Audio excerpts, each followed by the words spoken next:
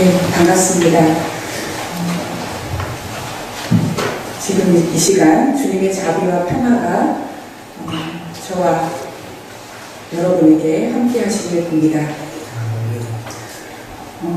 오늘은 아시다시피 부활절 5번째 주일이고 또 많은 교회가 어버이 주일로 지키는 주일입니다.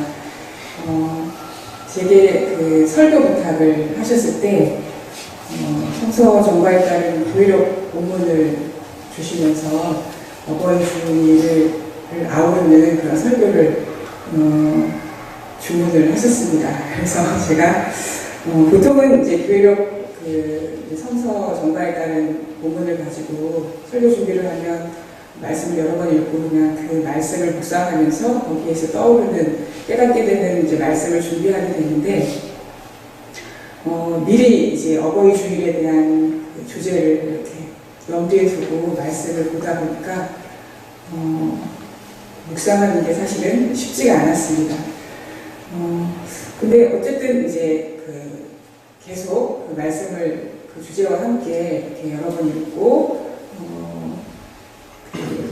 오늘의 주제와 연관시켜서 본문을 계속 이제 묵상을 하다 보니까 진짜 새로운 좀 색다른 그런 깨달음을 얻을 수 있게 되었습니다. 그래서 오히려 굉장히 저로서는 그 스스로 은혜 받는 그런 이제 그 설교 준비가 되었는데요. 오늘 이제 그 은혜를 여러분들과 함께 나눌 수 있게 되었으면 좋겠습니다. 오늘 우리가 그 함께 그 읽은 요한복음 14장의 본문은 보통 예수의 고별 설교, 고별 연설이라고 이렇게 제목이 붙은 그런 본문입니다. 그 앞서 13장에서 예수님께서 제자들과 마지막 6월절 식사를 하시면서 당신이 순환받을 것과 또 죽음을 당하실 것을 예고를 합니다. 뿐만 아니라 당신의 제자 중 한 사람 유다가 자신을 팔아넘길 것과 또 충성스러운 리더였던 베드로가 3번이나 당신을 부인하게 될 것에 대해서 제자들에게 이야기를 하십니다. 제자들은 그 이야기를 듣고 도대체 예수님께서 무슨 얘기를 하시는지 이해가 되지도 않고 점점 마음이 심란해지기 시작했습니다. 그때 예수께서 이 말씀을 하십니다. 너희는 마음에 근심하지 말라. 하나님을 믿고 또 나를 믿어라. 근심을 찬 제자들을 예수님께서 위로하십니다.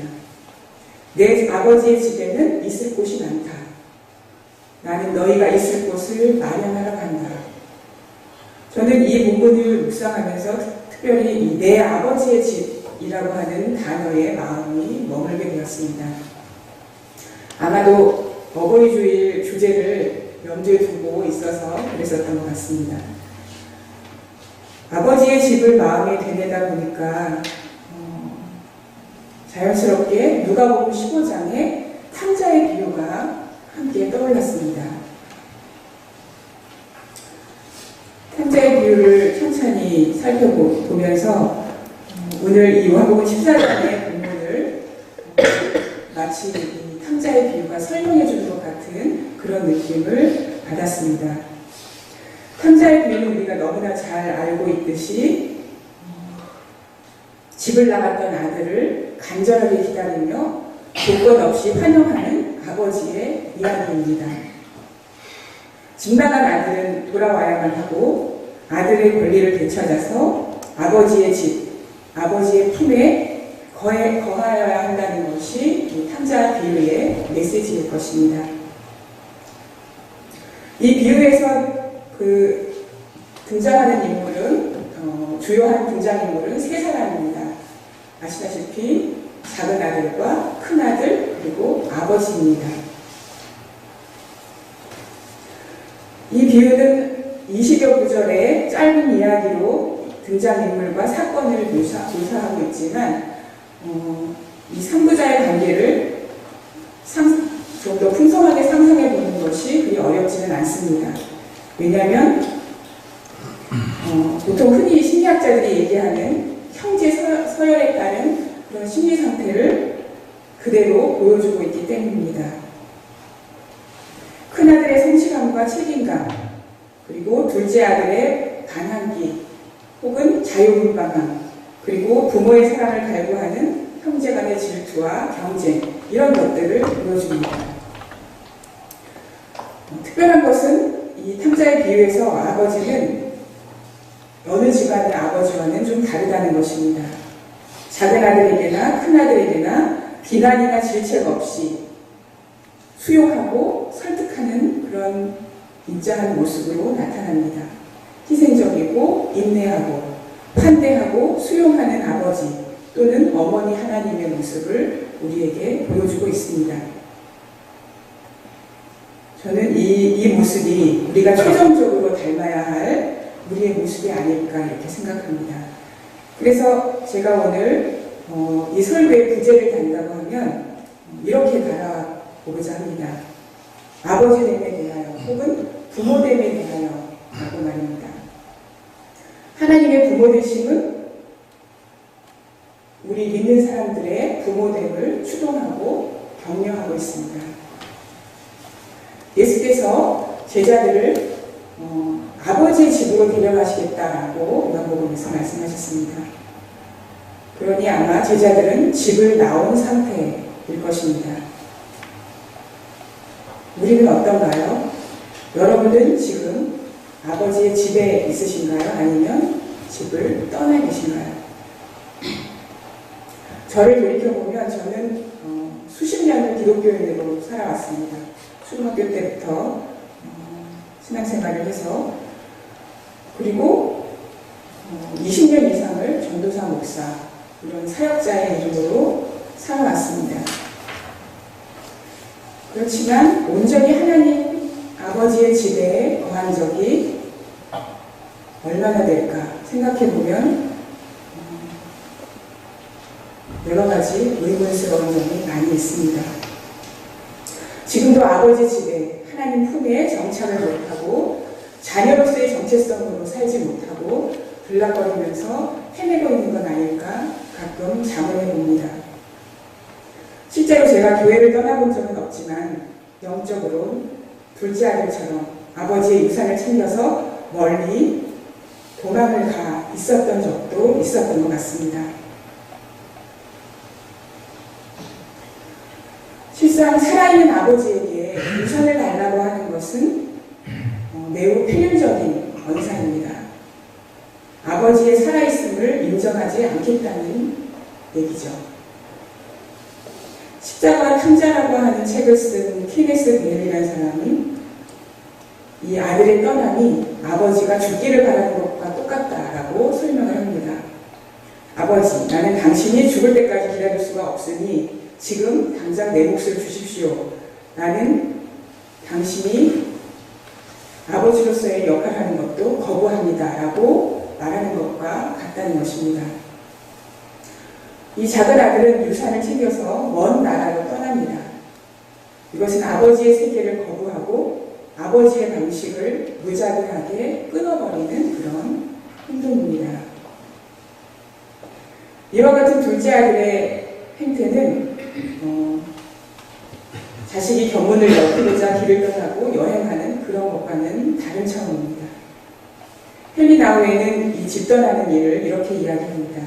나의 온 존재가 하나님께 속해 있다는 그런 영적 실제를 부인하는 것이고 하나님께서 영원한 포옹으로 나를 안전하게 붙잡아 주신다는 사실, 내가 참으로 하나님의 손바닥에 새겨지고 그 그늘 안에 보호되고 있다는 사실을 부인하는 일이다 라고 이야기합니다. 왜냐하면 집은 나의 존재의 핵심으로서 너는 사랑하는 이 내 마음에 드는 아이다 라고 말씀하는 소리를 들을 수 있는 자리이기 때문입니다. 너는 사랑하는 이 내 마음에 드는 아이다. 이 소리는 예수께서 공생애를 시작하시기 전에 세례 요한에게 세례 받으실 때 하늘로부터 들려왔던 그 소리입니다. 예수는 늘 이 사랑의 소리를 들을 수 있는 곳, 아버지의 집에 있었기 때문에, 사랑의 아버지와 늘 함께였기 때문에 평생 의 삶을 사랑과 연민으로 살 수 있었고, 순환과 죽음도 견디어서 뚫고 지나갔고, 부활과 영원한 생명까지 이룰 수 있었던 것입니다. 너는 내 사랑하는 아이다. 나는 너를 기뻐한다. 예수님께서 들으셨던 이 말씀은 이제 모든 하나님의 자녀들에게 영원토록 들려질 소리입니다. 그러나 우리는 이 사랑의 소리를 들을 수 있는 유일한 장소를 떠나 찾을 수 없는 곳에서 다른 무언가를 찾으려고 필사적으로 도망을 갑니다. 어쩌면 이것이 모든 인간의 원죄이고 인류의 불행이라고 생각을 합니다.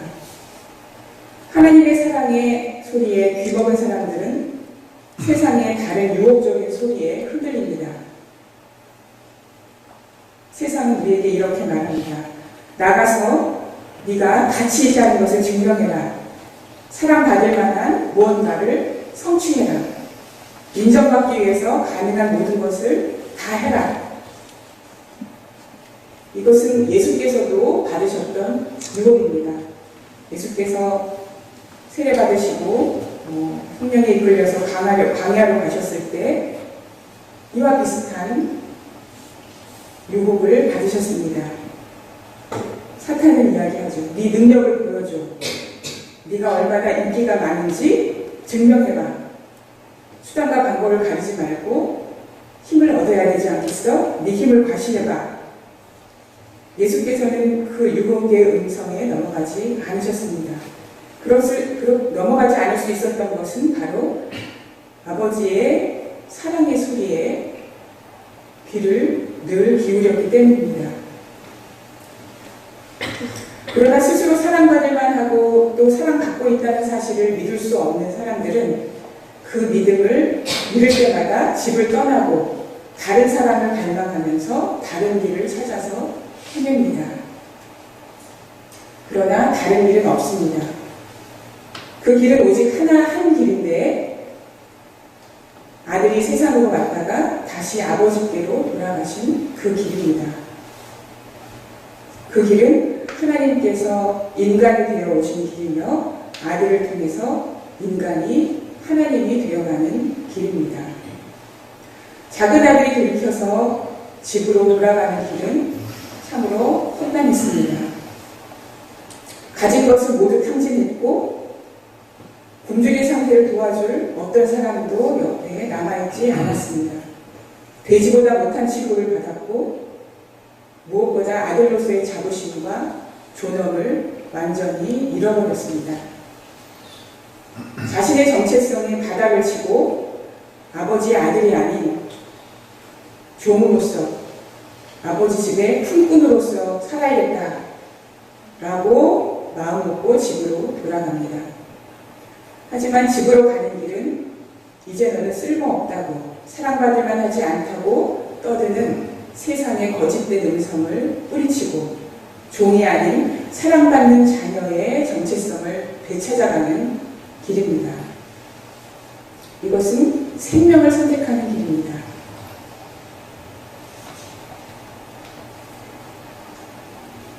헨리 나우에는 이렇게 얘기합니다. 유다는 예수님을 대신했고 베드로도 그분과의 관계를 철저히 부인했습니다. 둘 다 잃어버린 자녀들이었습니다. 유다는 그가 여전히 하나님의 자녀라는 진리를 더 이상 붙잡고 있을 수가 없어서 목을 맸습니다. 베드로는 절망 한가운데서도 이 진리를 주장했고 많은 눈물을 흘리며 아버지께로 돌아갔습니다. 유다는 죽음을 선택했고 베드로는 생명을 선택했습니다. 아버지께로 돌아가는 길, 그것은 우리가 사랑받는 자녀라는 진리를 선택하는 것이며 결국 생명을 선택하는 것입니다. 예수님께서 내가 길이요 진리요 생명이다 라고 말한 그 말씀이 바로 이것입니다.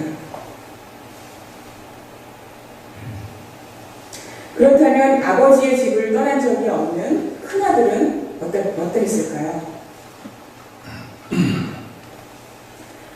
너는 내가 사랑하는 아이, 내가 너를 기뻐한다 라는 그 음성을 들을 수 있는 유일한 곳인 아버지의 집에 있었던 큰아들은 정말 아버지의 자녀로서 자유롭고 행복했을까요?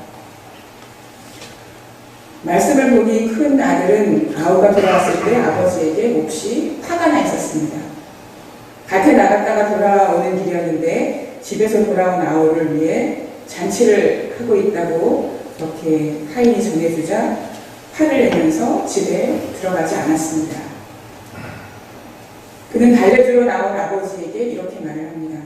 나는 이렇게 여러 해 동안 종이나 다름없이 아버지를 섬기고 있고 아버지의 명령을 한 번도 어긴 일이 없는데 내게는 친구와 함께 즐기라고 염소새끼 한 마리 주신 일이 없습니다.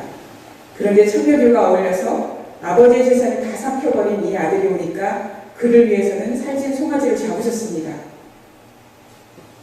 이렇게 원망과 회한과 분노가 가득 찬 말을 아버지에게 헛습니다. 이 큰아들은 아마도 자식의 정체성을 가지고 내가 아들이다, 아버지의 아들이다 라는 그런 마음 없이 그렇게 집에서 지냈던 것 같습니다. 마치 종처럼 아버지를 섬기고 명령을 따랐다고 그렇게 강변합니다. 그래서 이 큰아들은 아버지의 집을, 아버지의 잔치를, 아버지를 즐길 수가 없었던 것입니다. 아들로서의 자유와 기쁨을 누리지를 못했습니다. 외적으로는 착한 아들로서 착한 아들이 해야 하는 모든 것을 다 했지만 내적으로는 이 큰아들 역시 아버지로부터 떠나서 방황했고 불행했고 자유롭지 못했습니다.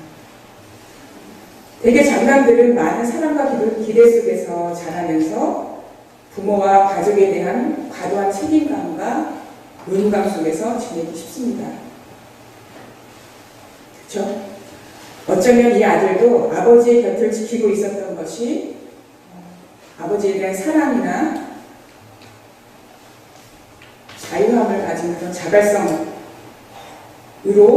집에 있었던 것이 아니라 인정불구 때문은 아니었을까?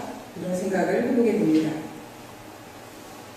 어쩌면 자신을 하지 못하는 것을 하는 자유분방한 둘째가 너무들 얄밉고 질투가 났을 수도 있습니다.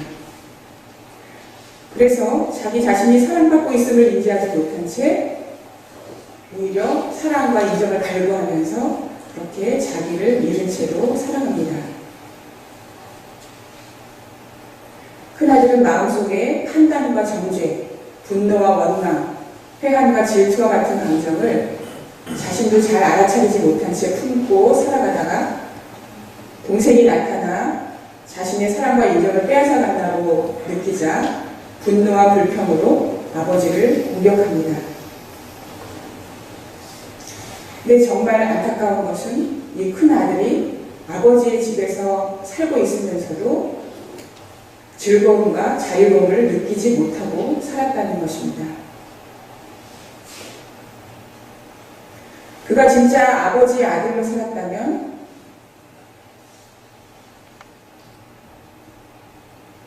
아버지의 마음으로 아버지가 가진 것을 누리며 자유롭게 살 수 있었고 또 동생이 돌아온 기쁨도 함께 누렸을 것입니다.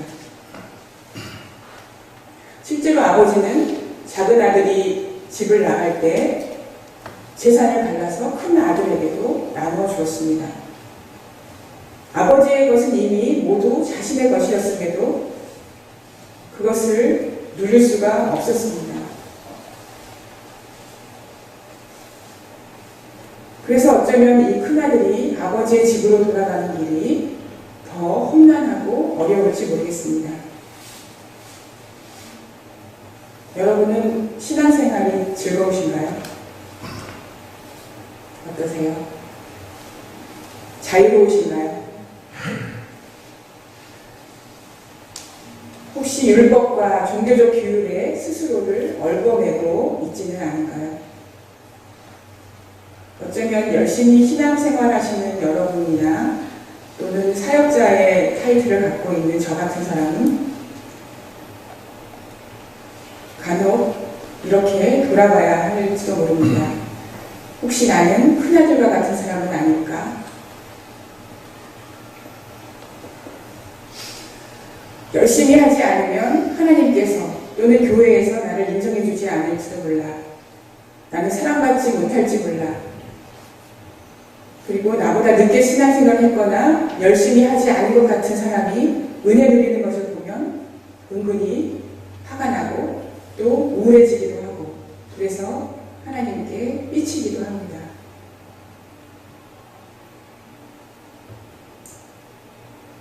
큰아들 역시 조건 없이 사랑하시고 수용하시는 하나님의 사랑의 음성에 귀를 기울이고 그 음성을 받아들여야 합니다.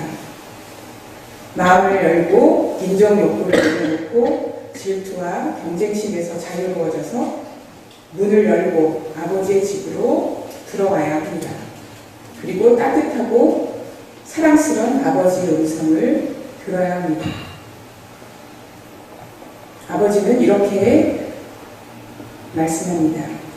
너는 나와 늘 함께 있었지 않니? 내가 가진 것은 모두 네 것이란다. 그러니 잔치를 즐기자꾸나.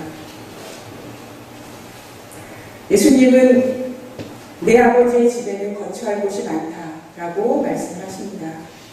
하나님의 모든 자녀는 각각 고유의 자리를 갖고 있습니다.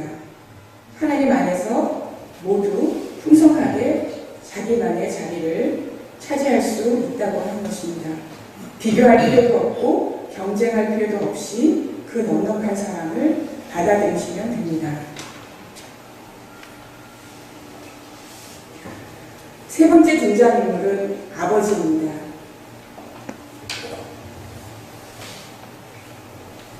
우리가 진정한 자녀가 되는 길, 종이 아니라 아들, 딸로서 살아가는 길, 그 길의 종착지는 아마 우리가 아버지 또는 어머니가 되는 길이 아닐까 생각합니다. 부모가 되는 것입니다. 저는 요즘 이제 나이 들면서 가끔 거울을 보면 제가 어릴 때 보던 중년의 엄마의 모습을 거울 속에서 봅니다. 여러분들 그런 경험 해보신 적 있으세요? 예. 저는 이미 부모가 되었고 겉모습도 육신의 부모의 모습을 닮아가고 있는 것을 보게 됩니다. 그렇다면 제 영적으로는 어떤가? 영적으로 나의 부모 되시는 하나님을 닮아가고 있는가? 이렇게 묻게 됩니다. 오늘 요한복음 본문에서 예수님께서는 당신 안에 아버지가 계시고 아버지 안에 당신이 계신다라고 말씀하십니다. 그렇기에 당신을 본 사람은 아버지를 보는 것이라면서 아버지와 아들이신 당신을 완전히 동일시하십니다. 아버지는 아들 예수 안에 계시면서 당신의 일을 하십니다. 이것이 아버지 하나님과 아들 예수님과의 관계입니다. 그리고 그렇게 아버지와 하나이신 아들 예수를 믿는 사람들, 즉 우리들 역시 내 안에서 아버지가 일하시도록 해야 합니다. 내가 사는 것이 아니라 아버지로 사는 것입니다. 하나님은 이렇게 우리를 부모됨의 길로 초대하고 계십니다.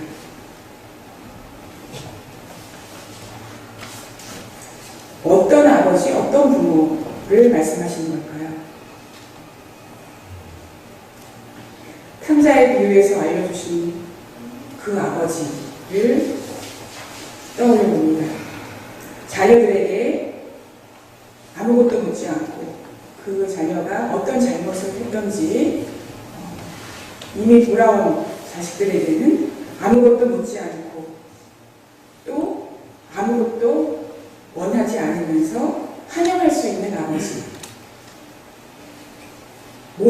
이러기에 아무것도 잃을 것이 더 이상 없고 다만 주기만 하는 그런 아버지입니다.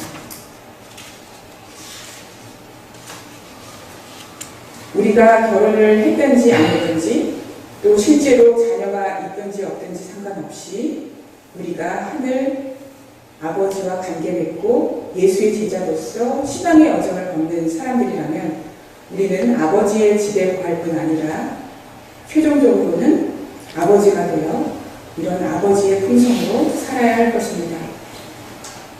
실제로 예수님께서는 여러 번 그렇게 말씀을 하셨죠. 아버지께서 완전하신 것 같이 너희도 완전하라.